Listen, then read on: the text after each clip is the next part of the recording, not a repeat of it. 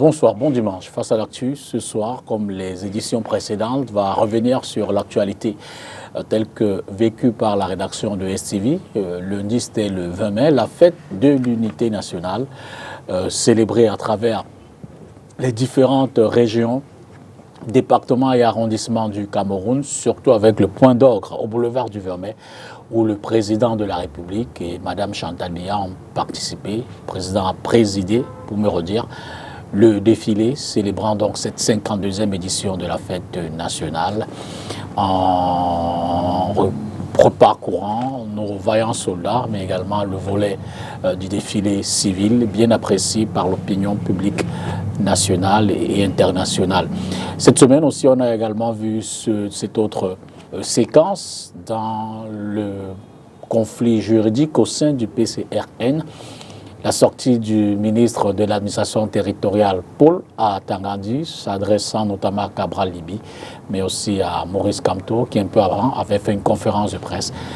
On va commenter tout cela avec l'invité de ce dimanche, entre autres sujets. Donc, l'invité est un cadre du RDPC, avocat au barreau du Cameroun, maître Joseph-Claude Biliga, est également avocat à la Cour africaine des droits de l'homme et des peuples à Arusha, en Tanzanie.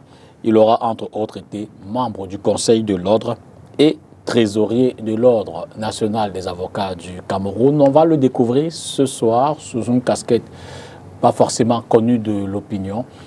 Maître Biliga est auteur, un genre particulier. Il fait de la poésie. Il a donc écrit certains ouvrages qu'on va essayer de dépouiller ce soir sous sa plume, sous fond de notes de lecture. Maître Biliga, bonsoir. Bonsoir. Merci infiniment d'être venu pour déjà commenter l'actualité, mais aussi découvrir cet autre pan de l'homme que vous êtes. Je veux dire, avant peut-être d'aller sur l'actualité, vous avez choisi le poème. Vous êtes un homme politique, vous êtes un avocat, on aurait peut-être pu s'attendre à ce que vous fassiez vos mémoires, que vous commentiez l'actualité à travers vos ouvrages, que vous fassiez des réflexions politiques ou juridiques et judiciaires. Mais là, vous tombez en plein poème. Non, il n'y a pas que de la poésie. Mon premier livre porte sur la poésie, c'est Cadence poétique. D'accord. Mais le deuxième, c'est un livre autobiographique de 380 pages, où je parle de la politique. Je parle de la politique. Du miel et du vinaigre. Oui, du miel et du vinaigre. Chronique séquentielle d'une vie. Donc je parle de la politique, je parle de la communication, je parle de la justice, je parle de tout ça dans ce livre.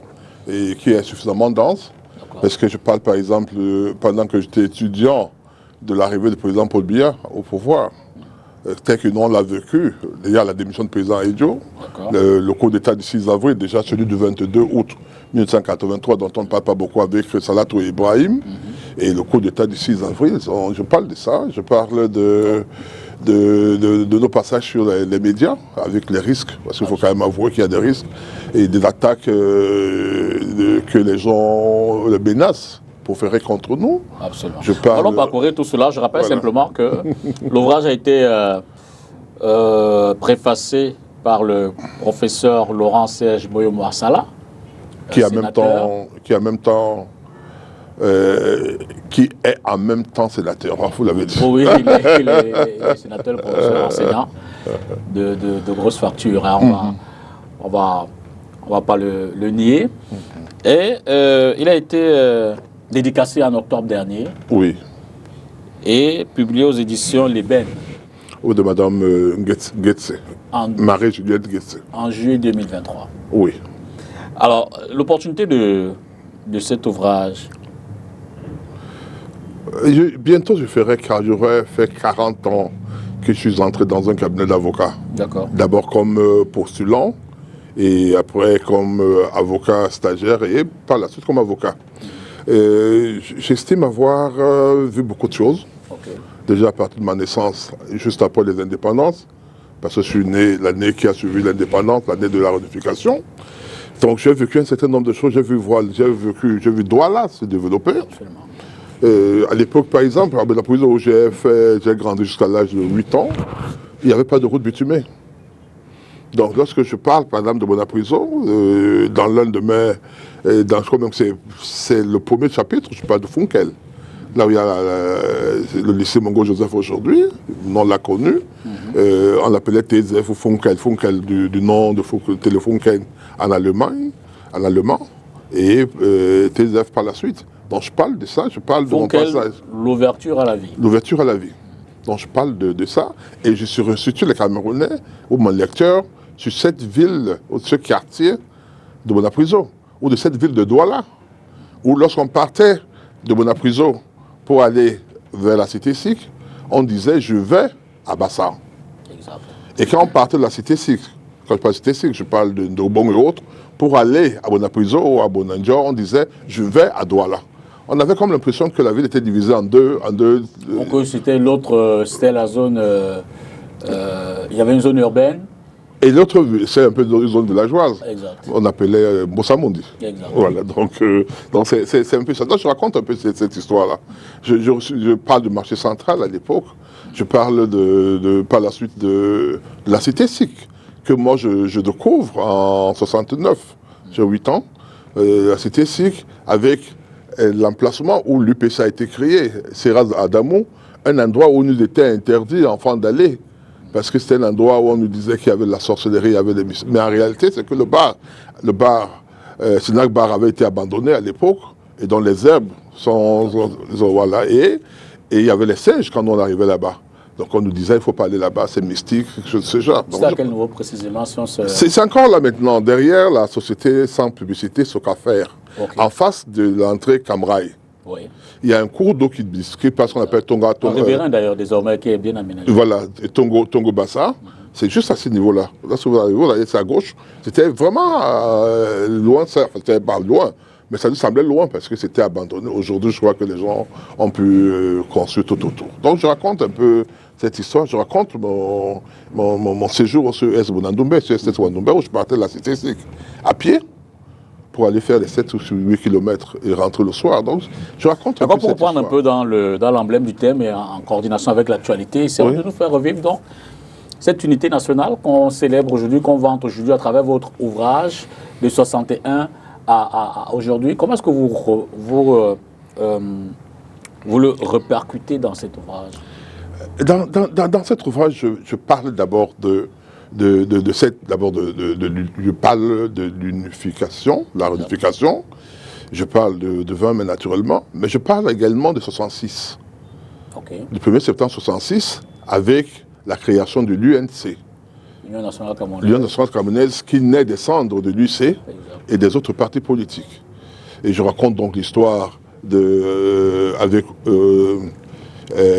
Maï Matip, avec le sénateur Okala, avec Eidi. Bébé Yidi, pour restituer un peu, c'est des personnes qui avaient été arrêtées par le président. Il disait que lorsqu'on parlait de l'UNC, que c'était une adhésion volontaire, en réalité, pour beaucoup de politiciens, c'était une obligation, parce que si on ne le faisait pas, mais ça permettait quand même d'avoir une certaine unité, au moins de façade. Parce que lorsqu'on faisait par exemple la liste des candidats à une certaine élection, on devait tenir compte impérativement des trucs sociologiques. Ça continue aujourd'hui. Mais compte tenu du fait que cette liste passait d'un seul coup, puisqu'il n'y avait pas de concurrence, on était sûr que toute cette entité pouvait être représentée. Or, aujourd'hui, lorsqu'il y a le multipartisme, il y a des partis politiques qui sont incapables de faire cette diversité dans dans leur liste. On verra des gens qui sont d'une région largement majoritaire et qui sont les premiers sur la liste. De sorte que, avec le système qui existe sur nous d'élection, avec la proportionnelle, mi-proportionnelle, mi-majoritaire, on va se retrouver avec parfois des personnes, une entité sociologique plus grande, plus importante que les autres. Alors qu'avec la liste unique qu'on faisait dans un parti unique, on était sûr. Vous voulez relever quoi? Que sous le parti unique, oui. Les questions tribales étaient mieux gérées, mieux contenues?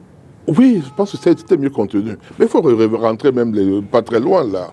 Et lorsque le multipartisme est arrivé, vous avez vu qu'à un moment donné, il a fallu faire un consensus, ici au niveau du Vaury par exemple, pour dire qu'à Douala Premier, le maire doit être nécessairement de la communauté Sawa. Absolument.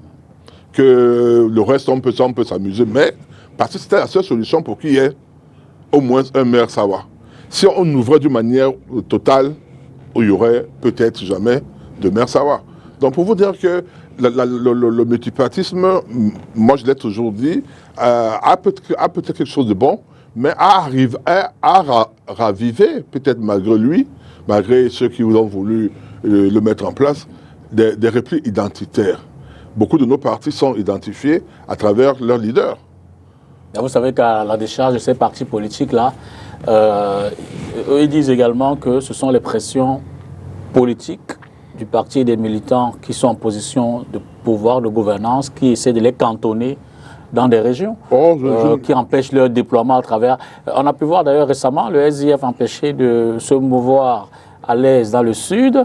Le MRC avait déjà vécu cela, même le PADEC, qui à l'époque n'était pas encore allié au RDPC. On a pu voir que Jean de Dieu Momo avait été interdit de se déployer là-bas. Bref, pour dire que à la décharge des partis de l'opposition, c'est une forme de stratégie de leur adversaire politique en position de pouvoir qui les cantonne dans les zones. Non, mais vous avez pris un exemple bien précis où certaines personnes zélées, j'appelle ces personnes zélées, qu'elles appartiennent à notre parti, au parti dans lequel j'appartiens ou pas, sont des personnes zélées qui ne comprennent pas que le Cameroun est partout chez lui, dans ce sens qu'il peut militer dans n'importe quel parti politique. Il ne faut pas prendre cet exemple pour le généraliser. Parce qu'il n'y a pas que le Sud, nous avons dit régions. Nous avons dit régions. Lorsque vous prenez les partis comme le SDF, les députés du SDF, les députés SDF à Douala. Or, tout le monde sait que le SDF, c'est un parti essentiellement, ou pas essentiellement, dans l'ossature et dans le nord-ouest. Mais tu trouveras les gens du SDF à Douala, dans la Sanaga maritime, un peu partout. Donc, il n'y a pas la même, je veux dire, c'est ce rejet. Les autres, parce qu'ils estiment peut-être qu'il ne faut pas qu'on donne l'impression que dans le fief du président de la République, il ne faut pas qu'il y ait des opposants qui viennent. Mais ce n'est pas normal. Moi, je suis contre ce genre de choses, parce que ça n'aide pas le parti. Ça n'aide pas du tout, parce qu'on n'a pas besoin de ça.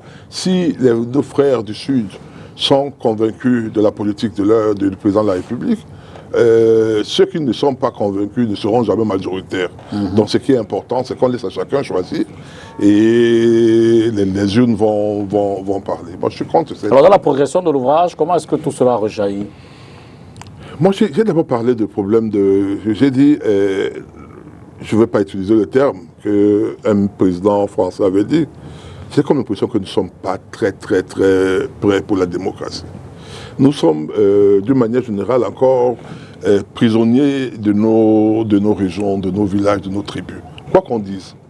C'est-à-dire qu'on peut tricher, on peut essayer de dire des choses en donnant l'impression que nous avons atteint l'unité nationale ou l'intégration nationale qui supposait le 20 mai. Absolument. Parce qu'on est parti de l'unité nationale et à un moment donné, le président Aïdjo avait estimé qu'on a atteint le stade de l'intégration nationale, donc il faut qu'on aille au niveau du 20 mai.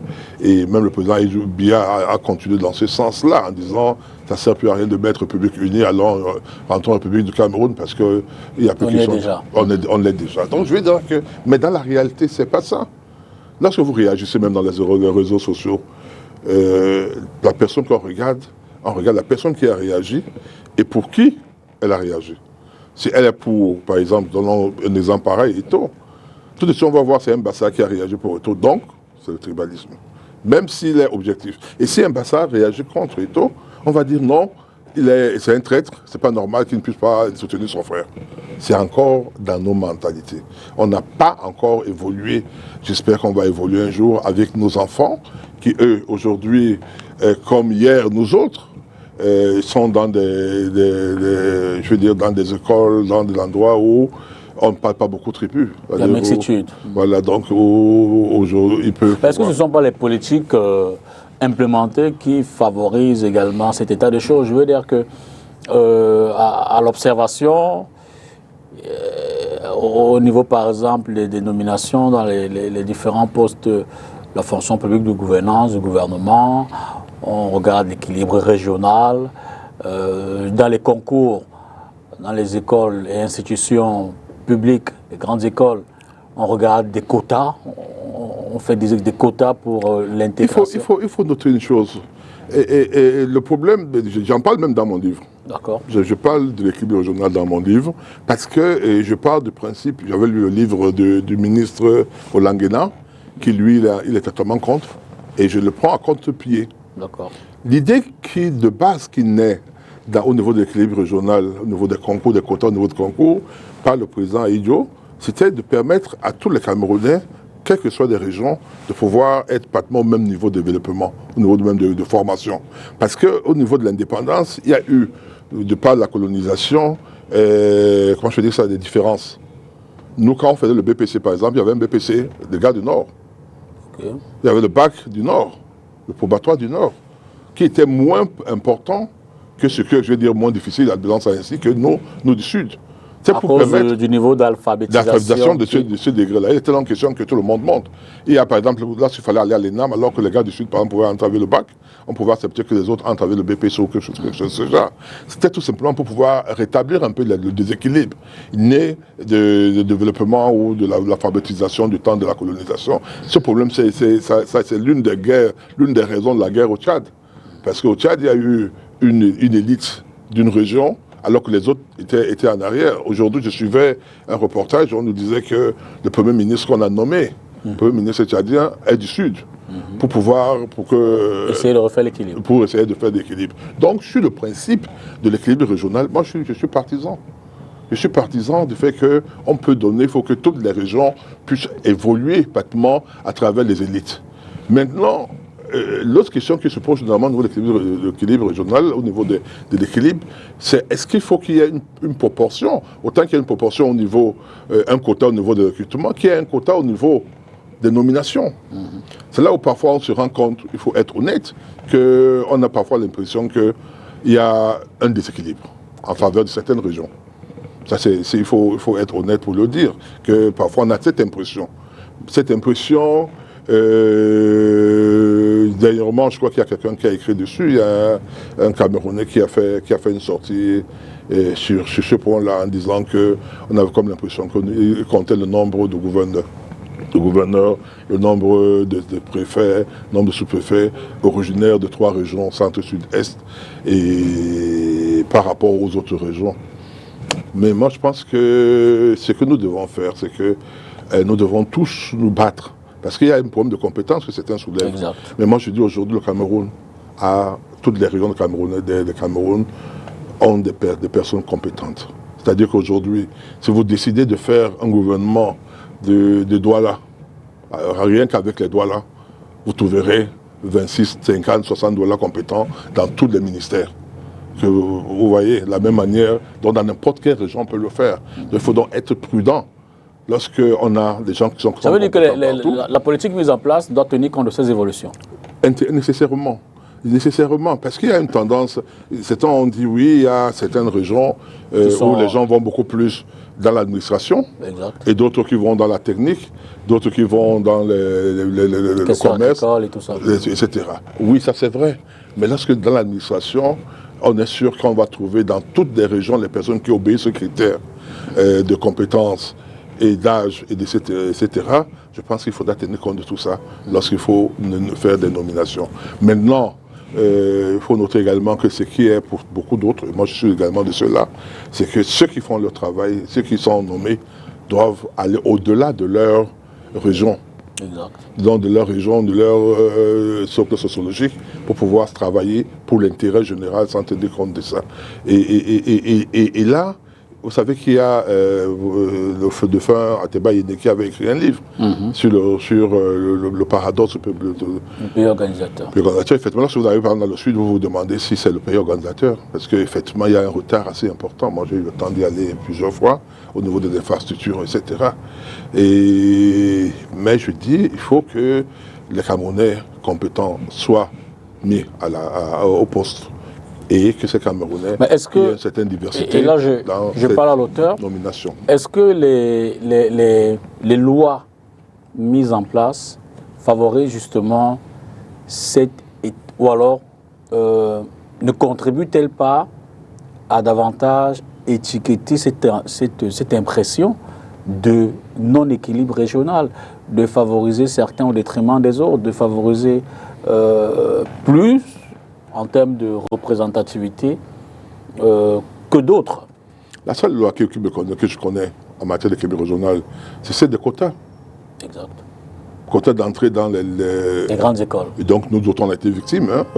Nous sommes dans une région où nous sommes supposés être l'une des régions les plus alphabétisées. Je suis du littoral. Donc lorsqu'on va faire les concours à l'ENAM ou à l'école de police, nous sommes défavorisés par rapport à, par exemple, à nos frères de l'Est. Quand nous, on est en train de le savoir, on savait que... Dans mon livre, je raconte une histoire. C'est une histoire d'un concours que je dois faire, je crois que je devais être à l'ENAM. Et un ami, camarade de l'Est, je crois qu'il doit être mort aujourd'hui, vient me voir. Et il prend quelqu'un d'autre qu'un homme politique, un haut responsable de ce pays, je ne citerai pas son nom, également camarade, qui le prend comme témoin, comme garant. Et il me dit, écoute, si tu donnes de l'argent, tu vas passer. Et on va te faire passer comme quelqu'un de l'Est du Cameroun. Naturellement, je n'accepte pas. Et je me rappelle qu'il y a quelques années, 1 ou 2 ans avant, je parle de ça dans mon livre, on nous avait raconté l'histoire d'un commissaire de police qui avait été admis à l'école, qui avait commencé à faire l'école, et on a découvert par la suite, dans les associations des élèves originaires de coin, que ce monsieur qui était venu au nom d'une région n'en faisait pas partie. Exact. Apparemment, on l'aurait exclu de l'école. Et moi, j'avais ça en tête déjà. J'avais déjà ça en tête. Alors, j'avais dit au gars, non. Dans tous les cas, mon nom ne ressemble à rien au nom des gens de là-bas. Et on se rendra compte que ceux qui sont les responsables de l'association vont savoir que... c'est une place usurpée. C'est une place usurpée. Parce que je parle même d'association. C'est là où je peux être d'accord avec vous. Lorsque vous parlez de cette culture du tribalisme, lorsqu'on favorise dans les écoles l'association des anciens, non, de l'association des élèves étudiants de telle région, de tel village, etc. Ils se reconnaissent, ils se remettent ensemble. Ils se remettent ensemble et ça crée, je pense que je peux dire ça, ça crée les germes du tribalisme lorsque ces personnes seront en haut, plus haut. C'est ça que vous voyez dans la société même privée, l'association de telles personnes, de village tel. On le fait pratiquement partout aujourd'hui. Et c'est ça, c'est contre l'unité nationale. Je suis de ceux qui pensent que sans toutefois être contre la culture, là je suis habillé en quelqu'un du Nord-Ouest, contre la culture camerounaise, il ne faut pas permettre que nos identités culturelles, je veux dire nos identités tribales, puissent prévaloir sur l'identité nationale, que nous puissions être beaucoup plus Douala, Sawa, Bassa, Beti, Ekang, Mandankwe ou Bakweri que camerounais. Et à travers cette association-là, malheureusement, ce genre de choses se créent. Heureusement, fort heureusement, il y a d'autres associations qui transcendent un peu la tribu. C'est des amis, des anciens du lycée, qui également parviennent quand même à faire... Et quelles sont les pistes qui sont explorées dans le livre pour s'en éloigner? Oh, je ne sais pas si j'ai mis vraiment des pistes, hein. J'ai évoqué le problème, et tout à l'heure, je suis en train de vous dire quelle est ma perception de cette histoire. Je suis d'accord qu'il y ait l'équilibre régional puisse prévaloir, mais je pense qu'il ne faut pas être au détriment de la compétence. D'accord. Et il ne faut pas non plus qu'une région puisse avoir plus dans cette répartition entre guillemets, du gâteau national. Juste derrière, on va peut-être parler des questions de politique, telles que vous les abordez, politique interne, à la faveur, tu sais, des décisions prises cette semaine par le MINAB. Mais avant, je vous suggère qu'on regarde ensemble de nouveau la parade au boulevard du 20 mai en présence du président de la République et son épouse, à l'occasion de la 52e édition de la fête de l'unité nationale. I'm talking about horses and the mounted, the motorized. Place du 20 mai, Yaoundé, ce 20 mai 2024. La limousine ayant à son bord, le chef de l'État fait son entrée. Paul Biya descend, effectue le premier acte, l'hommage au drapeau et l'hymne national retentit.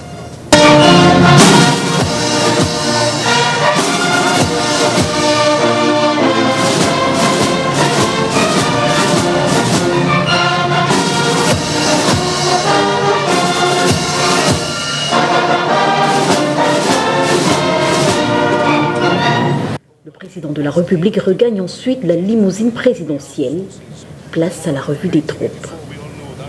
La voiture s'arrête enfin devant la tribune présidentielle où sont présents tous les invités, n'attendant plus que le chef de l'État prenne place. Le président Paul Biya installé, le carrousel est exécuté pendant 5 minutes par la compagnie musique de la police nationale, titre « Ensemble pour l'unité nationale dans la paix », déclinaison du thème officiel du défilé.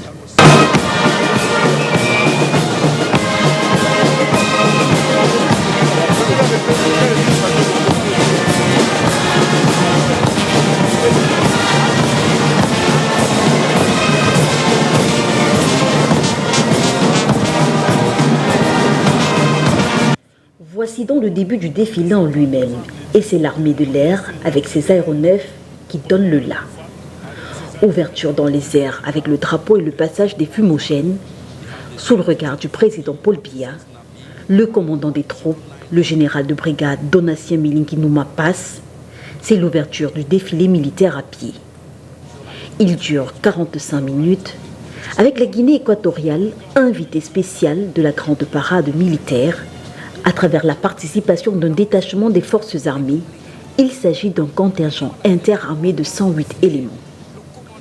La parade civile s'ouvre ensuite avec les jeunes de l'INJS et le défilé des militants du FSNC du ministre Issa Tiroma Bakary donne le ton pour ce qui est des partis politiques. Comme il fallait s'y attendre, des 369 légalisés au Cameroun, seuls les partis représentés au Parlement, 9, défilent, exception faite du PCRN, interdit en raison des dissensions internes, mais dont le leader Cabral Libi est tout de même présent dans les tribunes. Armée et nation ensemble pour un Cameroun uni, pacifique et prospère. Environ 5000 civils et militaires ont battu le macadam au boulevard du 20 mai ce jour à Yaoundé. Tradition respectée, la 52e édition de la fête de l'unité nationale rentre en gare. De notre aspiration. Voilà donc, retour sur le plateau, maître Joseph-Claude Biliga, invité de ce dimanche, à travers son dernier ouvrage, qui en fait est une autobiographie, Du miel et du vinaigre, chronique séquentielle d'une vie. On essaie de reparcourir aussi l'histoire de notre pays. Et justement, à un niveau, vous parlez du retour au territoire, de la découverte de votre territoire dans l'ouvrage. Oui.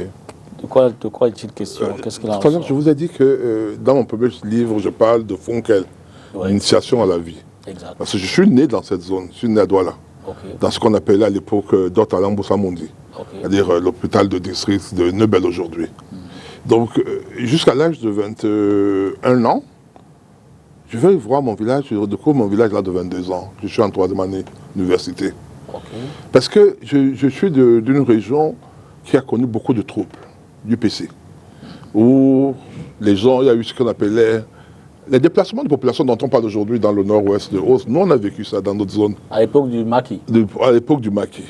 Donc, on a déplacé les gens de mon village pour les mettre d'abord en Dôme, qui est le chef de l'arrondissement, pour qu'ils soient protégés par les militaires. Par la suite, lorsque, en 70 et 71, je crois, avec la mort de Wandje, Ernest, on les déporte pour les regrouper dans un village voisin qu'on appelle le Ikor. Je parle de ça dans le village.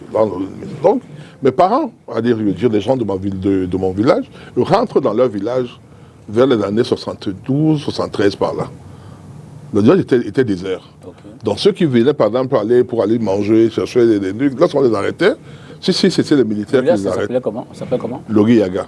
Okay. Logui Yaga, c'est à 12 km de Ndom. Okay.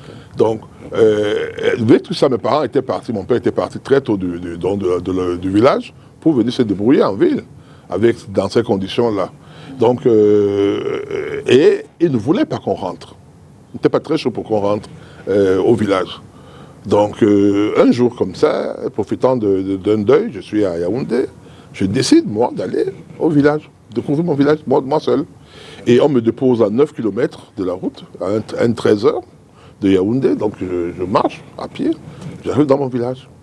Et il se trouve qu'il s'est fait quelque chose que je n'oublierai jamais, c'est qu'il s'est créé un lien d'amour qui n'a jamais cessé d'exister.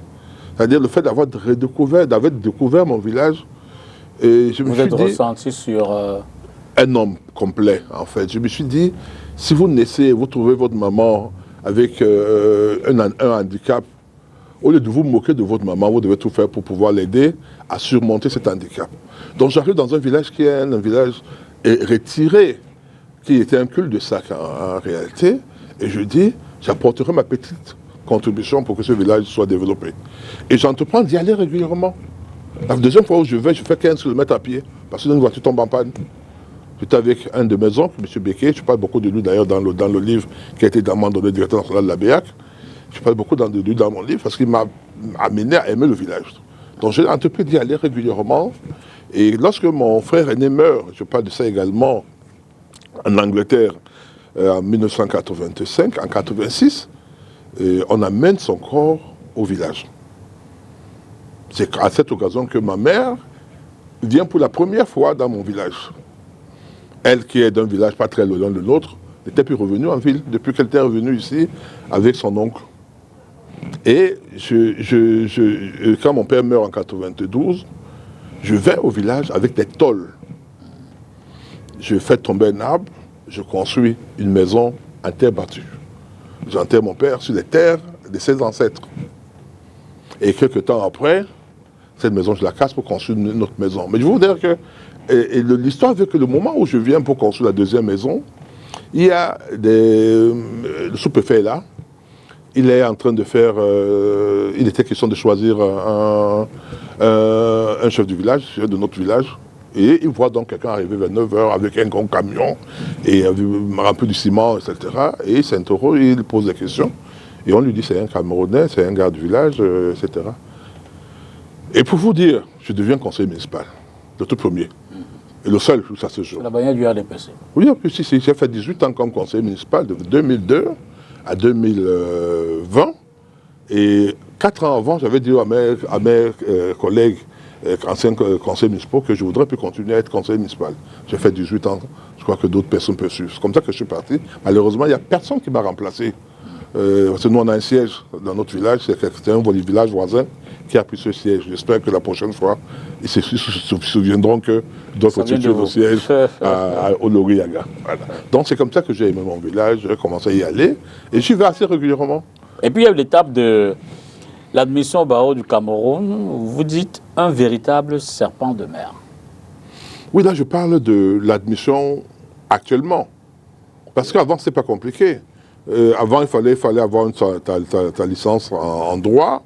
Et tu avais un parrain qui te donnait une lettre de parrainage. Et après ça, tu faisais ton dossier. Il y avait des enquêtes de moralité qui étaient effectuées.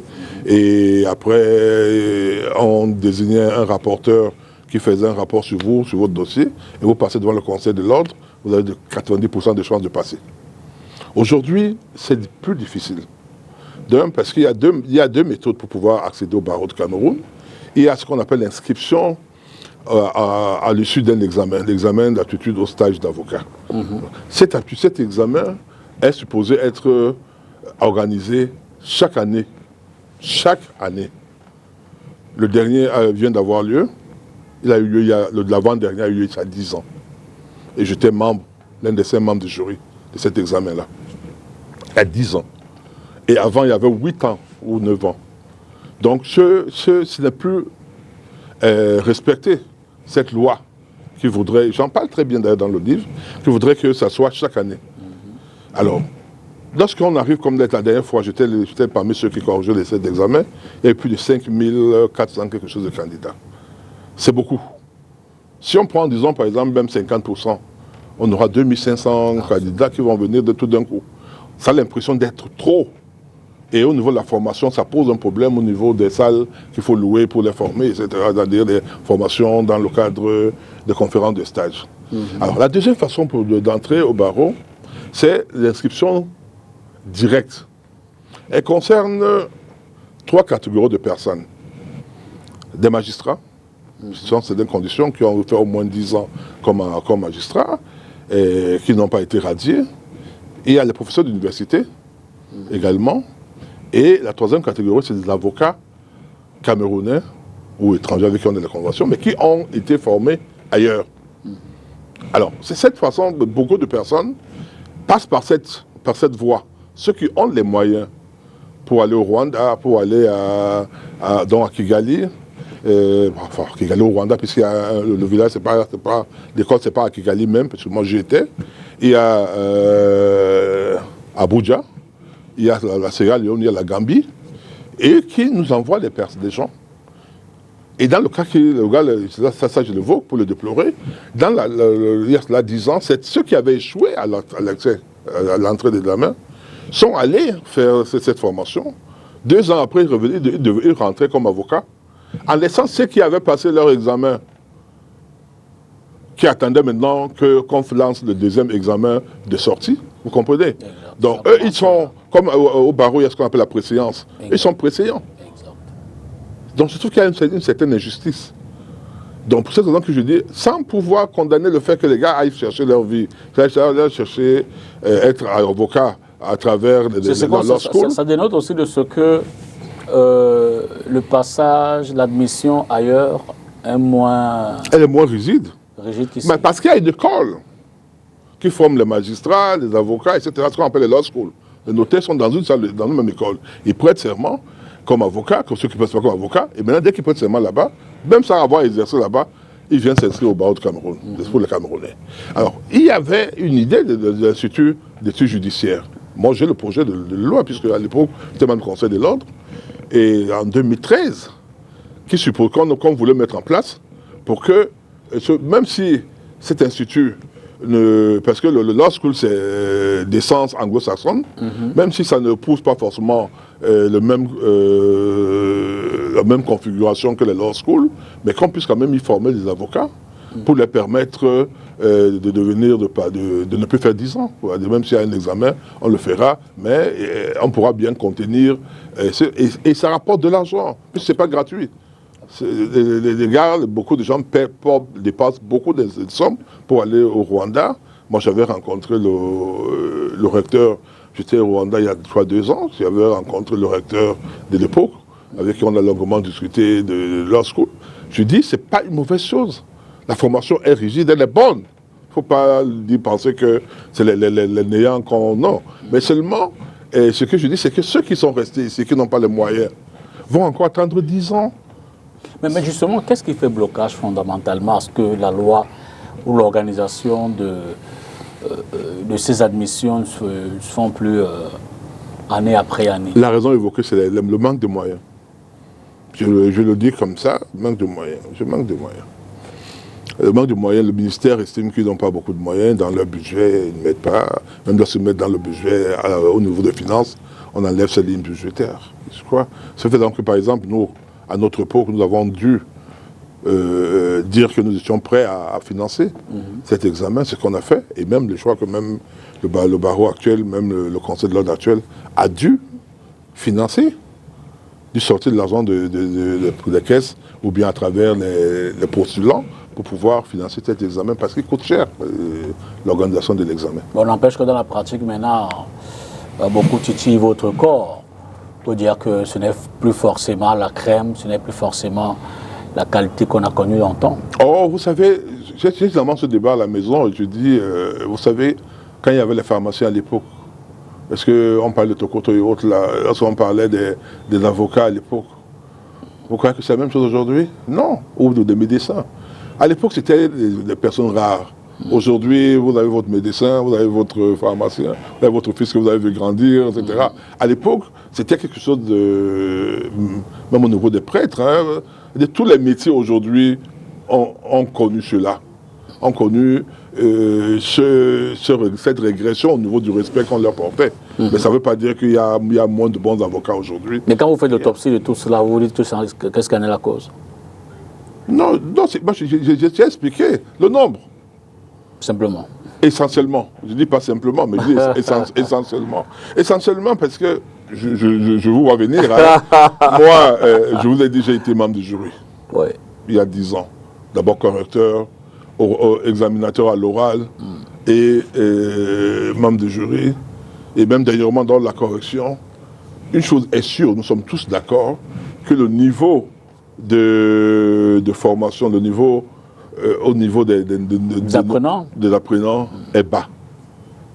Le bachelier d'aujourd'hui n'est pas le bachelier, ne vaut pas le breveté d'il y a quelques années. Ça, c'est une certitude, même au niveau de l'écriture, la simple écriture du français. Absolument. Si je vous dis ce que ce qu'on a retrouvé dans les corrections, on ne peut pas imaginer. C'est-à-dire, on se demande s'ils ont fait l'école, ils ont même fait l'orthographe, je ne sais pas quoi. Mais en dehors de ça, et je suis de ceux qui pensent, je ne peux pas venir dire que ceux qui sont arrivés, par exemple, il y a 10 ans, sont des nullards. Non. On a eu à les rencontrer dans les procédures, c'est des gars brillants. Il y a des gars brillants. Il y a vraiment des gars très brillants. J'ai eu l'occasion de beaucoup les rencontrer à travers des procédures, à travers... c'est pas peut-être parce que comme à un moment donné, on avait jeté un peu de l'anathème sur eux, ils ont voulu peut-être montrer que... Ils peuvent aussi. Ils peuvent, et ils peuvent. Je vous suggère le deuxième reportage qui est un pan juridique, c'est cette sortie du ministre de l'administration territoriale qui, dans un communiqué, n'a pas hésité à, et c'est ce que l'opinion a pensé, menacer certains hommes politiques, parmi lesquels Cabral Libye et Maurice Kamto. Derrière, on commente tout cela. Avis à ceux qui utilisent la formule Camerounais, Camerounaises, mes chers compatriotes. Elle est exclusivement dédiée au chef de l'État. La mise en garde est de Paul Atangandji. Le ministre de l'administration territoriale, dans un communiqué radio-presse rendu public ce 23 mai 2024, le ton martial rappelle que la fonction de député ou de président de parti politique n'est pas un passe-droit pour défier impunément l'autorité de l'État, inciter à la rébellion et menacer de mettre le pays à feu et à sang lors de l'élection présidentielle 2025 si des intérêts égoïstes et partisans ne sont pas satisfaits. Certains, animés de roublardise et de conspirationnisme, tentent désespérément d'arracher un parti politique à son légitime fondateur grâce à qui ils sont sortis de l'anonymat. Si l'on peut facilement décrypter entre les lignes que Cabral Libye et Maurice Kamto sont indexés ici, le MINAT précise qu'il reste la tutelle des partis politiques. Il ne tolérera plus d'écart puisque parmi les incriminés, il y a des multirécidivistes. D'ailleurs, l'outrage au président de la République est réprimé par le code pénal.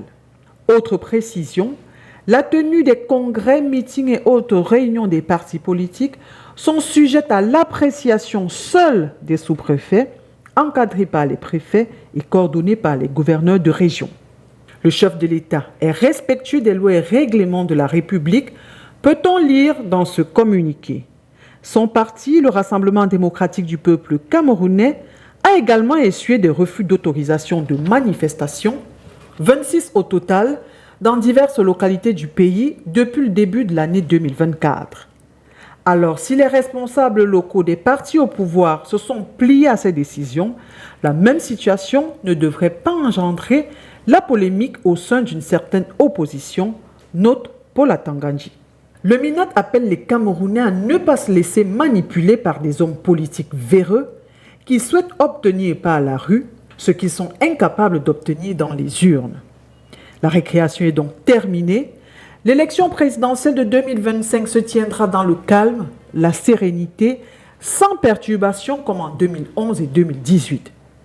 Tous les auteurs des comportements anti-républicains et conspirationnistes seront face à la rigueur de la loi. La liberté des uns s'arrête là où commence celle des autres, signe Paul Atangandji, le ministre de l'administration territoriale. Maître Joseph-Claude Biliga, vous avez pris connaissance de ce document-là? Bien sûr. Qu'en pensez-vous? Là, je parle beaucoup plus en tant qu'avocat. D'accord. Parce que j'avais ouvert le chapitre 12 dans la gado de la politique. Oh oui, dans la gado de la politique. La politique, c'est pas très bon. Je vous les apporte et puis on y revient. La politique, c'est pas une très bonne chose. Donc, je voudrais dire une chose. Il y a un fait. Le ministre de l'administration territoriale, qu'on appelle dans certains pays ministre de l'Intérieur, est un peu le garant des libertés. Absolument. Dans tous les pays. Donc lorsqu'il y a risque à trouble à l'ordre public, il est dans son droit de sonner la fin de la récréation. Donc j'ai suivi le professeur Kamto, j'ai suivi Cabral très régulièrement dans les médias. J'avoue que parfois leur ton ne cadre pas avec les usages ou bien avec la politesse, et je le comprends. parfois le peuple a besoin des gens qui crient fort, qui donnent l'impression qu'ils sont des leaders, qui peuvent... Donc je dis, sur ce point-là, je suis entièrement d'accord avec lui, qu'ils leur disent qu'il faut un peu tempérer. On n'a pas besoin de trop crier, de mettre le feu pour notre pays, dans notre pays. Maintenant, là où je risque de ne pas être d'accord avec lui, c'est lorsqu'il a utilisé une phrase en disant que les gens qui veulent arracher le parti politique de quelqu'un, je pense que ça, et je crois en toute honnêteté que c'est pas vrai. Parce que lorsqu'il faut suivre l'histoire et les vidéos circulent, avec le congrès de Guidigis, pour ceux qui concernent le PCRN, on ne peut pas dire qu'il n'y a pas eu congrès ou bien qu'il n'y a pas eu une élection de nouveau bureau. On peut être fondateur d'un parti et ne plus en être le président. On peut en être éjecté. L'exemple le plus banal, c'est le parti de Marine Le Pen avec son père. Je crois que son père avait été éjecté alors que c'est son père qui avait créé le parti. Il y a des cas comme ça, beaucoup de cas comme ça de par le monde, même en France et ailleurs. Donc ce n'est pas le fait d'être président fondateur d'un parti qui te donne le droit d'être ad vitam aeternam le président fondateur de ce parti. D'ailleurs, à ce sujet, le tribunal de première instance... Alors, donc j'y arrive. J'y arrive en disant ceci. Donc, lorsqu'on estime qu'on est lésé, les tribunaux sont là pour ça. Et M. Kona, Robert, a saisi le tribunal de Kaélé pour dire que le congrès qui avait mis Cabral Dibi à la tête du sucre n'était pas un congrès, etc. Je pense que monsieur le ministre doit laisser la justice, sur ce point-là, faire dire le droit. Dernièrement, le congrès a été le juge je crois, de référé, pas de Marois. Extrêmement. Oui, en fait, Kaélé. De Kaélé a donné raison à Cabral Dibi. Il faut que le ministre en tienne compte. Parce que le respect de la loi, ce n'est pas seulement pour les autres personnes, pas pour les partis politiques, mais c'est également pour ceux qui représentent l'État. Doivent pouvoir respecter également la loi. Et moi, je dis ce qui me gêne, c'est que autant il avait interdit le congrès initié à Kribi par Cabral Dibi sur le fait que, il avait fait interdire par sa lecture, sur le fait que il avait risque à troubler l'ordre public, autant je ne comprends pas qu'il n'ait pas interdit celui initié par M. Kona, puisque le risque au trouble est toujours réel. N'oubliez pas que M. Massardine, qui est l'un des cofondateurs, a essuyé, d'après ce qu'on a lu dans les journaux, dans les réseaux sociaux, aurait été agressé et avec l'arme, quelque chose de ce genre. Donc il y a réellement un risque à trouble.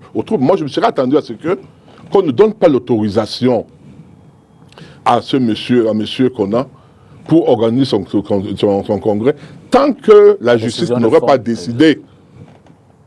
Et moi, je dis, en tant qu'individu, en tant que citoyen, fut-il un citoyen de RDPC, c'est pas donner, c'est pas, rendre service à mon parti, que donne l'impression qu'on s'ingère dans les activités des partis politiques autres pour pouvoir faire du deux poids, deux mesures. Parce qu'il n'est pas normal qu'on interdise le congrès de Kribi et qu'on autorise celui de Kona, c'est pas normal. S'il n'est pas normal que le ministre écrive pour dire au président de l'ELECAM qu'il y a un mandataire. Non, la justice est saisie, qu'on laisse la justice faire son travail. Si la justice estime que c'est M. Kona qui est président, il n'y a pas de problème. Si la justice estime que c'est Cabral Dibi, tout le monde doit respecter cela. Moi, je pense que c'est ce que je le dis en tant que... Mais sur le premier point, là où vous disiez que Cabral Dibi hausse le ton, comme Maurice Kamto hausse le ton, vous pouvez comprendre la réaction du MINAT, ministre de l'administration territoriale. Est-ce qu'il est dans son rôle, je veux dire, supposons même que ces hommes politiques-là aient haussé le ton, est-ce qu'il revient au MINAT, qui a des instruments juridiques, il peut saisir la justice, il a tout le recadrage nécessaire, que de donner l'impression de passer par la répression? Non, pour le moment, il n'a pas passé par la répression. Il a donné un avertissement. C'est une sorte d'avertissement, en leur disant, faites attention. Ceux qui connaissent un peu l'histoire, qui empruntent le chemin de je m'en fous, oui, faites attention, parce qu'on ne va pas continuer à tolérer. Sous forme de menace, d'ailleurs, c'est une forme d'interdiction qui peut se lire entre les lignes quand il dit que Camerounais chers compatriotes, est une formule consacrée, j'ai même failli dire réservée au président de la République. Est-ce qu'il n'y a pas une forme d'abus de pouvoir? Si vous voulez que je vous le dise, je ne le dirai pas. Même si j'y pense, je ne vous le dirai pas. D'accord. Alors, venons à ce que vous pensez, donc de façon... Mais en fait, ce qu'il faut comprendre en réalité, ce n'est pas seulement la formule. Et là, beaucoup de Camerounais ont réagi depuis, avant lui. Bien sûr. Le fait que, par exemple, le 31 décembre, c'est chaque président de parti politique qui s'adresse à la nation. L'adresse à la nation, c'est du ressort du président de la République. C'est le seul élu. Je veux dire qu'aucune loi, aucun texte. Ça, c'est c'est un rituel républicain, oui, mais qui n'est écrit nulle part. Oui, mais même si les usages font partie de la loi. Les coutumes, les us et les usages font partie de la loi. Vous ne pouvez pas admettre, parce que eux, même si Kabal est président demain, même si c'est le professeur Kamto qui est président demain, même si c'est Oshi, ils n'accepteraient pas que le moment où ils veulent intervenir pour parler à la nation, des personnes qui n'ont pas le pouvoir, qui n'ont pas eu ce pouvoir, qui n'ont pas eu l'option de la nation, parlent en s'adressant comme si c'était eux le président de la République. Donc je pense que ça également, il ne faut pas encourager ce genre de comportement. Il ne faut pas encourager cela. C'est-à-dire, les réseaux sociaux aujourd'hui nous ont amenés à faire un certain nombre de choses, mais il ne faut pas. Il faut pas. Ils peuvent s'adresser à ces militants. Ils peuvent s'adresser à leurs militants. La seule personne qui s'adresse à tous les Camerounais dans le cadre des pouvoirs qui lui sont conférés, c'est le président de la République. Dans la gadoue de la politique, et vous entamez par une citation de Jean-Paul Sartre, moi j'ai les mains sales jusqu'au coude, je les ai trempées dans la merde et dans le sang. Vous avez en arrière-goût de votre gorge la politique. Vous vous demandiez aujourd'hui, après tout ce temps-là, pourquoi j'y suis allé? Oui, un peu. Ceux qui me connaissent savent beaucoup plus que je suis membre de la société civile que non politique. Okay. Ça, on le sait. Mais qu'est-ce que vous avez dans la politique? C'est le hasard. Le hasard, en fait tout à l'heure, je voulais parler de mon village. Lorsque pendant des années, ça ne me disait absolument rien. Rien du tout.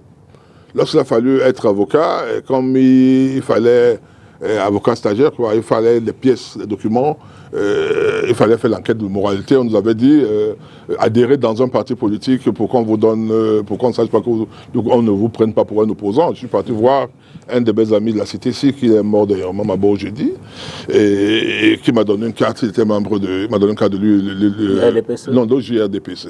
Okay. J'étais encore jeune, donc à l'OJRDPC que j'ai mis dans mon truc, mais à aucun moment je n'ai milité véritablement. Lorsqu'il y a eu l'ouverture au multipartisme, dans cette euphorie, nous tous, on s'est retrouvés dans les âmes de politiciens. Moi, je me suis retrouvé à un moment donné à marcher sans être encarté avec les gens de l'UPC, lorsque Cuissy Martin, non, c'est Martin, Cuissy, le docteur Cuissy arrive ici, lorsque il y avait un autre gars, Bassa, qui était arrivé également. Donc, lorsque les dirigeants de l'UPC qui étaient en exil, ils sont arrivés ici. Nous, on allait à les accueillir à l'aéroport. Pardon? Siméon QC. Alors, Siméon QC, c'était pas Rogbendé. Ah non, ça c'était l'époque bien avant. Oui, c'était pas Rogbendé. C'était Siméon QC. Il y avait également. Pourquoi le nom m'échappe? C'est pas grave. Donc, on allait avec les gens, les accueillir, les marches de Dika Akwayambela avec Kodog, de Ndoko et autres. On y a participé. Mais ça s'est arrêté là. J'entre véritablement, je voulais dire un peu, je prends ma première carte véritable, c'est dans un parti politique dirigé par M. Mohamed Okache, qui est aujourd'hui décédé. Ce monsieur m'a marqué parce qu'il était député de l'UNDP et il avait démissionné de l'UNDP pour perdre son poste de député. C'est pas comme aujourd'hui, on peut être député, on démissionne du parti et on maintient. À l'époque, c'était pas la même loi. Et il y avait également le ministre Sanda Oumarou, qui était dans le Paris, et le ministre Oumarou Ousmane, je crois. Non. Il y a un autre là qui a été gouverneur de la région de l'Ouest, il a été ministre également. Donc ils étaient trois, ils étaient de la Damao. Ils avaient le patron appelé l'ARN, Action pour le redressement national, je crois. Je suis entré dans ce parti politique. Parce que je croyais à ces gens, Sanda Oumarou, qui était ministre des Postes et Télécommunications, qui a marqué son époque. Et Mohamedou Katsi, dont j'étais d'ailleurs l'adversaire, l'avocat de la partie adverse dans un dossier qui le concernait, et qui par la suite, le dossier avait été clos, hein, c'était un dossier totalement définitif. Et après, donc, je me suis dit, voilà quelqu'un qui m'a marqué par son côté positif. C'est-à-dire, c'est très long, je suis parti avec eux. Mais ce qui me fait partir par la suite, c'est que je sors de la politique, parce qu'on crée une sorte de structure de coalition avec le parti de Jean-Jacques Ekindi, le parti de TECAM, j'en parle dans le livre, le professeur TECAM, professeur pharmacien, et François-Xavier Tchungi, ancien ministre, ancien ambassadeur aux Nations Unies. C'était, je crois, 4. Et là, on commençait à travailler, on a créé une structure où il était question que tous les 6 mois, il y aura un nouveau président. La coalition a fait un long feu. Elle s'est désintégrée le jour où il a fallu qu'on désigne la toute première personne qui sera présidente. Mohamedou Katsi était le plus ancien, l'initiateur du mouvement. Beaucoup ont pensé que c'était lui, les autres ont dit non. L'autre dit non, moi je suis tel, moi je me sacrifie tous les jours, je viens de Bafoussam, moi je fais ceci. Finalement, le soir là où on devait signer, il y a un qui ne donnerait pas son nom et allait à la télévision dire qu'il n'y a plus de la coalition. C'est comme ça que la coalition est tombée. Et là où nous autres, on s'est dit, mais cette politique-là, ce n'est pas l'intérêt national, ce n'est pas l'intérêt du pays qui prévaut, c'est plutôt les intérêts égoïstes. Et en plus, lorsqu'on a vu des gens comme les Rogbenden pour lesquels on avait de l'admiration, les Anta Gassagaï, la guerre qui a eu lieu à l'UNDP avec Bois, non, d'abord Bois, et Samuel Bois, et le ministre d'État, Bello Boba Maïgari, et par la suite, toutes ces guerres nous ont emmenés, nous autres, à dire, qu'est-ce qu'on gagne dans la politique? On se remet en retrait. C'est comme ça que je sors de totalement, je parle même plus de ça. Je m'occupe d'autres choses, je suis avocat, ça me suffit. Et un jour, je reçois un coup de fil d'un de mes cousins, disons que c'est ainsi, d'un village voisin qui est aujourd'hui décédé. Il a été député, monsieur Témétio Batoum, qui m'appelle pour me dire qu'on est en train de créer une sous-section et qu'il souhaite que je sois un membre de la sous-section, là-bas au village. Étant déjà au village, étant déjà prêt, j'y allais régulièrement, j'avais déjà construit ma maison, etc. Donc je dis, why not? Pourquoi pas? Si on parle du village et que je peux être d'une quelconque utilité pour mon village, j'accepte. D'accord. C'est comme ça donc que j'intègre. Et ce qui me fait même beaucoup plus intégrer, c'est que je participe à une rencontre, parce qu'au moment où on installe, je suis hors du Cameroun, mes cousins sont surpris. Ils ne croient pas que je puisse accepter d'être militant de RDPC. Et le jour où il y a eu une conférence de sous-section qui a lieu, il y a un monsieur que je n'oublierai jamais, Tchol. C'est Tchol, qui a été secrétaire particulier du ministre Bapès, qui a fait un très très bon exposé. Vraiment très bon exposé qui m'a marqué positivement. Et ce monsieur, jusqu'à ce jour, est devenu resté mon ami. C'est lui qui m'a vraiment amené à me dire, mais s'il y a des têtes pareilles dans ce parti politique, pourquoi ne pas rester? C'est pas mauvais. C'est comme ça que je suis resté. Et un jour, je raconte également ça. On annonce qu'il y a les investitures. Je prends une voiture qui me fait des misères toute la nuit, panne par ici, pas par là, finalement j'arrive. C'est en route qu'un de mes frères, un de mes cousins du village voisin, me dit qu'en réalité, c'est nous deux qu'on a choisi pour être des investis. Je ne savais pas en partant de ce doigt-là. Je n'en allais même pas. J'avais dit non, ça ne m'intéresse pas, je n'ai pas besoin d'y aller. On a insisté, mon oncle, M. Béquet, m'a dit il faut y aller. Et c'est en route que j'apprends que je suis investi. Et c'est comme ça donc que le destin veut que je sois conseiller municipal pendant 18 ans. Et aujourd'hui, au regard de votre carrière, de votre investissement, vous pensez que le parti vous l'a bien rendu? Je l'ai toujours dit, je n'ai rien entendu, j'entends rien du parti. D'accord. Aussi paradoxal que puisse être conseiller municipal dans le village, c'est toi qui investis. On nous donnait 40 000 francs au début. Je crois que c'est allé avec, lorsqu'il y a eu la décentralisation, le budget de la commune a gonflé d'une manière superficielle en réalité, parce que c'est pas l'argent qui est géré par la commune, mais avec le grossissement de budget, ça a eu un impact sur les frais, les frais qu'on nous donnait. Donc ça arrivait dans les 100 000 à peu près. Mais pour aller avec une voiture au village, vous la louez, ça vous coûte plus de 100 000. Vous amenez la vôtre qui veut rentrer au garage. Vous arrivez, il faut pouvoir entretenir les gens du village, etc. Donc c'est à perte. Donc on n'y est pas allé. Pardon, la satisfaction qu'on a, c'est que lorsqu'on arrive, on se dit, ben, il y a quand même un cours d'eau, un puits d'eau, un forage qu'on a pu avoir. Peut-être qu'il y a la lumière qu'on a pu faire venir. C'est ça qui vous donne cette satisfaction en vous disant, j'ai quand même été utile dans mon village. Et en plus, lorsque vous rentrez et vous voyez vos frères qui arrivent vers vous, qui veulent avoir des nouvelles du conseil municipal que vous n'avez jamais eu puisque vous n'avez pas de représentants, c'est ça qu'on gagne. J'ai toujours eu à dire, c'est des gens qui parfois disent, oui, vous êtes là, vous êtes des sardinards. Je dis, mais non, je ne suis pas sardinard. Je n'ai jamais été avocat de RDPC. Dans une affaire. Donc oui, même dans les conflits, je veux dire dans les procédures qu'il y a en matière électorale et autres, je n'ai jamais travaillé pour une institution de l'État. C'est pas, vous comprenez. On m'a jamais donné un dossier dans ce sens-là, je n'ai jamais demandé, je m'en plains pas. Donc je n'est pas pour ça que je suis là. J'ai dit aujourd'hui, je vous ai dit, je suis beaucoup plus membre de la société civile, mais un très grand sympathisant du RDPC, parce que j'estime que lorsqu'on regarde les partis qui sont à côté, je vous assure, je le dis en toute sincérité, mieux vaut le RDPC que certains d'entre eux. Bon, c'est ça ma conviction. Ça, c'est le partisan qui parle.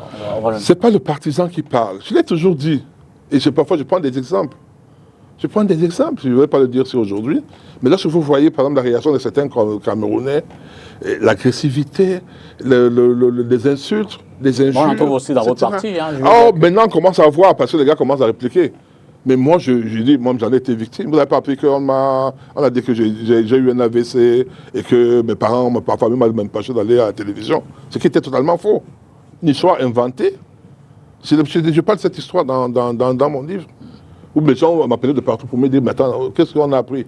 On a appris que tu es à l'hôpital, ta vie n'est pas en danger, mais Donc c'est des choses, parfois il y a certains qui t'insultent, même tout simplement parce que tu as émis une idée.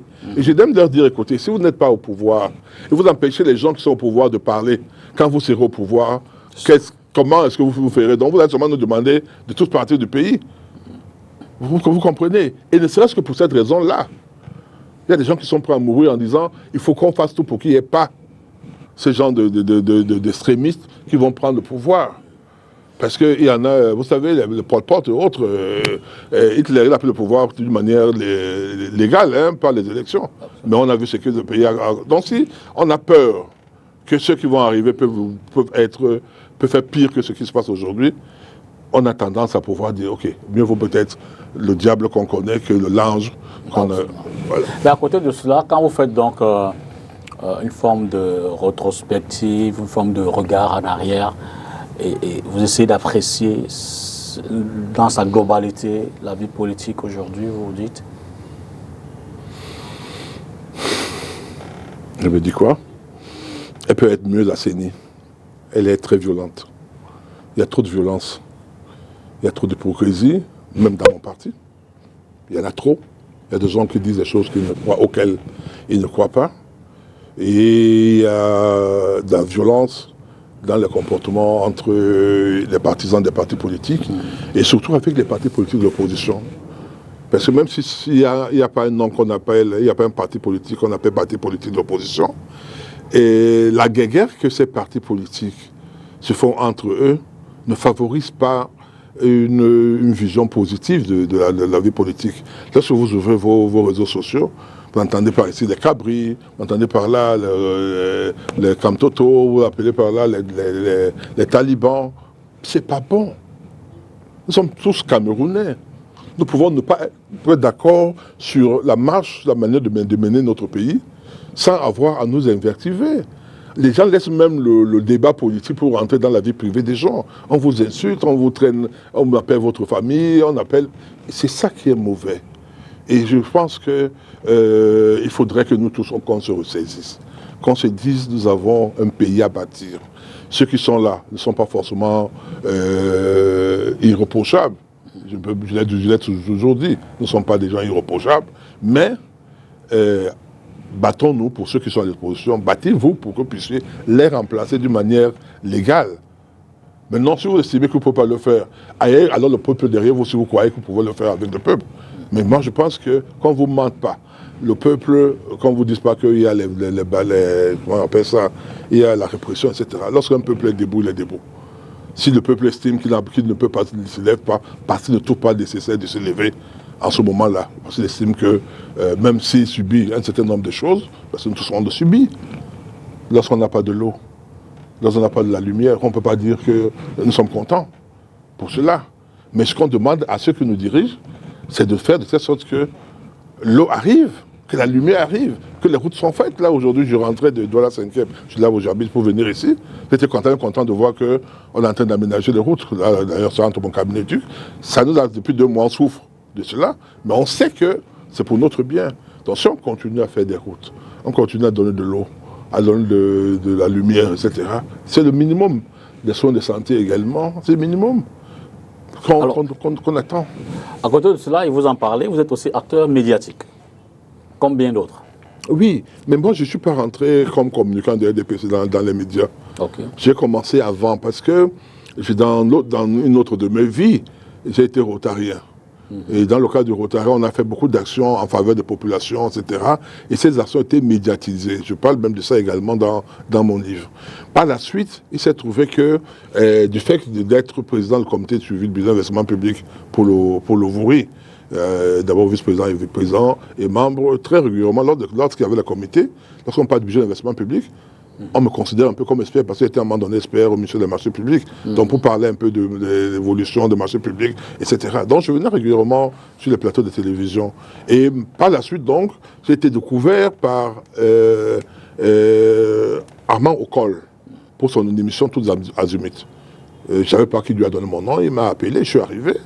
Et ce jour-là, il n'y a même pas eu d'émission. La semaine qui suivait, on a fait l'émission. Et depuis ce jour-là, on a commencé à m'inviter. On a commencé à m'inviter dans toutes les chaînes beaucoup. Hein. Maintenant, je viens de moins en moins, mais on m'invitait beaucoup. Et il se trouve qu'un jour, je suis invité sur une chaîne, à l'une radio, la radio dynamique avec Chokogoua. Et je lui ai dit, mais non, je ne peux pas mettre sur mon truc RDPC. Je ne suis pas représentant du RDP ici pour que je vienne sur le label RDPC. Il faut que j'ai l'accord du RDPC. C'est donc comme ça qu'il appelle le professeur Boyomon, qui coordonne la communication du RDPC, et il lui dit à Maître Bidiga qui est ici, nous voulons le considérer comme un membre de RDPC, comme conducteur. Il lui a dit, mais lui, il demande d'abord votre accord. C'est donc comme ça qu'il m'appelle, et il me dit, non, il n'y a pas de problème, tu as mon accord. C'est comme ça qu'il m'intègre dans le groupe de la communication. Mais vous le verrez bien, lorsqu'on est en freelance, lorsqu'on est neutre et qu'on rentre, on devient partisan, on n'a pas forcément le même... Et que vous n'avez pas le discours, les canons définis par la communication du... Il y a certains canons, mais il y a un message que tu ne vas pas dire. Soit tu es de l'opposition, soit tu n'es pas... soit tu es de parti au pouvoir, soit tu es de l'opposition. On laisse à l'opposition un certain langage. Même sur des choses que nous autres, on peut considérer comme étant pas bonnes, je ne viendrai pas les exposer à nos opposants. Il y aura une manière de parler. Tout à l'heure, j'ai dit des choses qui ne sont pas forcément des choses en faveur du parti au pouvoir. Mais je l'ai dit en toute connaissance de cause, en responsabilité. Je ne viendrai pas insulter mon ministre, par exemple. Je ne voudrais pas dire des choses contre la République. Parce que je sais juste où je dois aller. Quand j'étais pas dans l'opposition, quand j'étais neutre, parce que je me retrouvais dans des débats avec les membres du RDPC et les gardes de Dieu, j'étais là neutre. Même devant vous, je crois, au moins une fois. Et quand j'intervenais, j'essayais de d'être aussi neutre possible, c'est-à-dire de mettre la balade, bien que étant membre du RDPC. Alors aujourd'hui, quand vous observez tout cela également dans ce débat public médiatique, vous avez le sentiment que les acteurs jouent véritablement leur rôle, que la société, l'opinion, les électeurs sont édifiés Sur certains sujets, oui. Je ne veux pas être péremptoire. Non, il y a des sujets où il y a les débats, où les gens expliquent. Mais vous savez, une histoire comme le droit, par exemple, c'est très compliqué. Parce que il il y a une réplique, la duplique, c'est-à-dire donc il y a plusieurs personnes qui interviennent, par exemple dans le sujet des taux. Vous voyez comment les arguments sont les contre-arguments, etc. Si ça c'est bien, dans ce sens que ça permet de se cultiver, d'animer le débat au-delà des positions partisanes. Ce qui est important, c'est de savoir quand même qu'il y a des lois et qu'il y a une hiérarchisation des lois et et ça c'est important. Et moi je pense que ça, et c'est ce que j'aime toujours dire aux gens, c'est-à-dire que, je dis souvent lorsque je suis invité, laissez-moi d'abord le côté partisan. Permettez-nous d'expliquer aux populations un certain nombre de choses qui sont parfois réelles. Mais que lorsque je vais intervenir en tant que RDPCiste, on va les considérer comme étant une opinion d'un RDPCiste, alors que je donne une opinion technique d'un citoyen. Donc c'est parfois bien de laisser les gens s'exprimer sans connotation. Ça permet d'évoluer. Et je sais qu'il y a moi j'apprends très souvent des débats. Hein. C'est-à-dire sur certains sujets, lors du Covid par exemple, on a appris beaucoup de choses ici. Moi j'étais très régulièrement invité et j'apprenais beaucoup de choses, même dans le cadre de la FECAFOOT. Il y a des choses qu'on apprend tous les jours, des débats. Donc je pense que c'est ça qui est important. Il faut que les médias continuent à jouer leur rôle d'éducation, mais pas d'habituellement. Il ne faut pas qu'il soit le canal par lequel on veut détruire le Cameroun, par lequel on veut diviser le Cameroun. On repart à la régie et puis on vient derrière, qui c'est peut-être pour la dernière ligne droite de l'émission. 3 gammes de billets sont en circulation en ce moment au Cameroun. 92, 2002, 2022. Avec l'entrée de la dernière, les coupures de 1992 vont être sorties de la circulation. La Banque des États de l'Afrique centrale a donné des délais. Dans une première phase, je crois que c'est prévu jusqu'en mai 2023, ces coupures de 1992 pourront être échangées à la fois dans les banques commerciales et à la Banque centrale. Et après cette date, donc c'est-à-dire qu'après mai 2023 jusqu'en juin 2024, seule la Banque centrale pourra échanger ces anciennes coupures. Passé cette période, les billets seront démonétisés. Ça veut dire que tous ceux qui détiendront ces coupures de 92 ne pourront plus rien faire avec parce qu'ils n'auront plus leur pouvoir libératoire.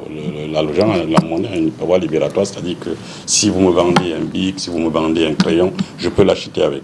À partir du moment où la Banque centrale retire le pouvoir libératoire à des billets, ça veut dire que personne, enfin pour ceux qui les détiendront, ne pourront plus rien faire avec ces billets. Donc concrètement, jusqu'en juin 2024, ceux qui détiennent les coupures de 1992 doivent se hâter d'aller les échanger. Avis donc à ceux qui ont l'habitude de garder de l'argent en espèces par devers eux. Et donc, la conséquence, bien entendu, c'est pour les économies, notamment pour ceux qui font beaucoup de thésaurisation, ça pourrait être un sérieux problème. Vous savez que quand vous sortez une certaine masse d'argent aujourd'hui dans le système financier, vous devez justifier la provenance.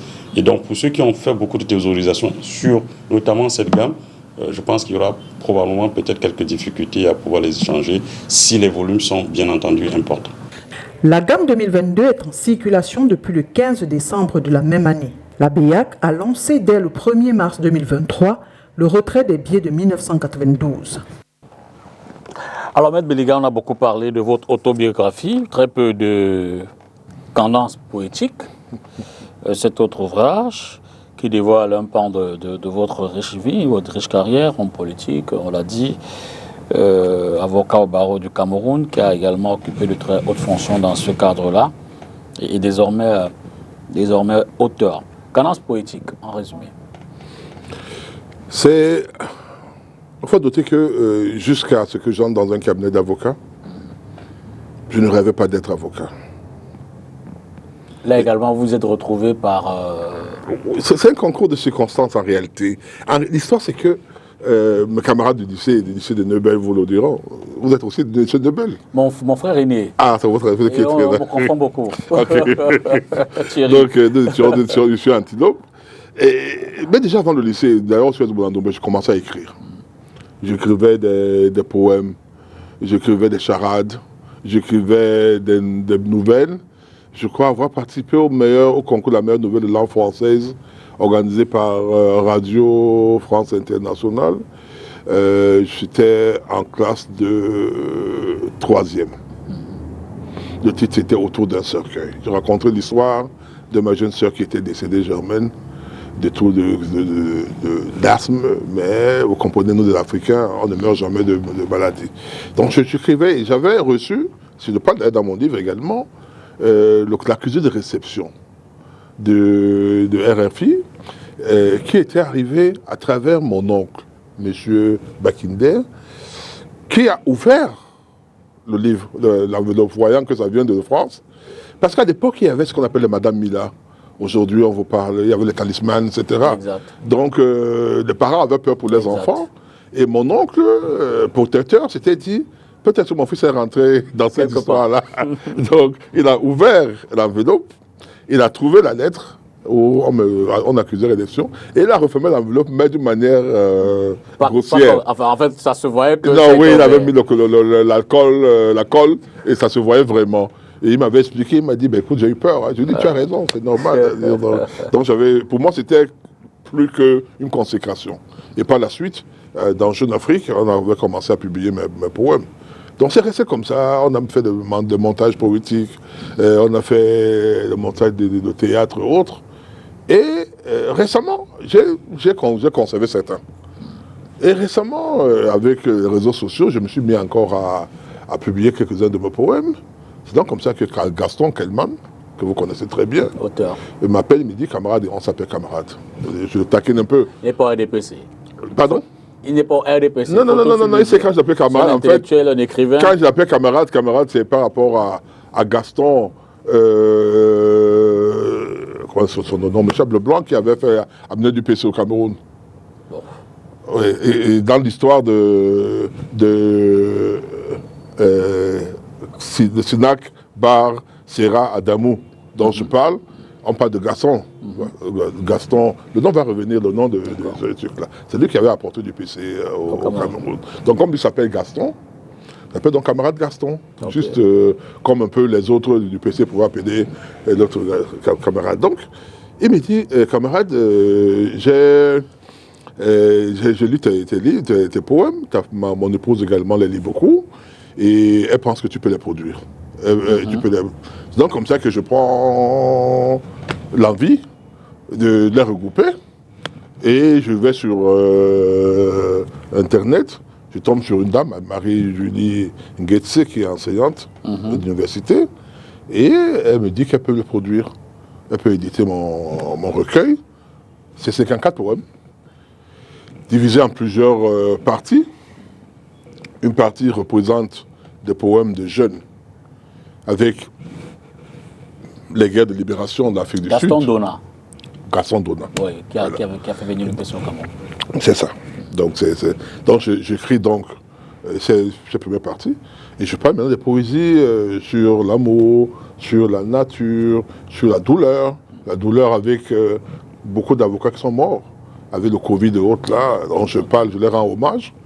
Et un peu de politique aussi, je parle de la politique. Donc je crois que c'est 5. Arrêtez, vous vous inspirez... De tout. Ok.